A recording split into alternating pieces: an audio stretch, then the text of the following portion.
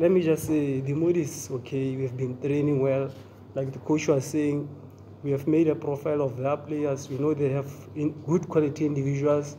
We know 60% of their players are playing for the national team. And I think we have a plan for the house that they are planning to deploy here in Botswana.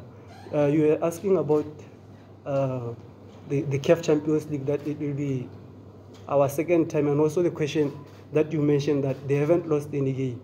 And I would say cases are meant to be broken.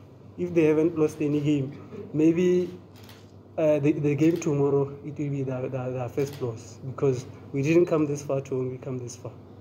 Good morning. Thanks for the question. Of course, I think the mood is good in the camp. We have made Gaborone or Botswana our second home.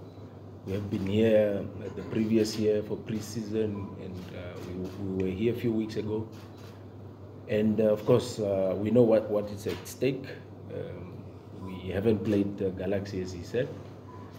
We played a number of friendlies here with top teams from Botswana here.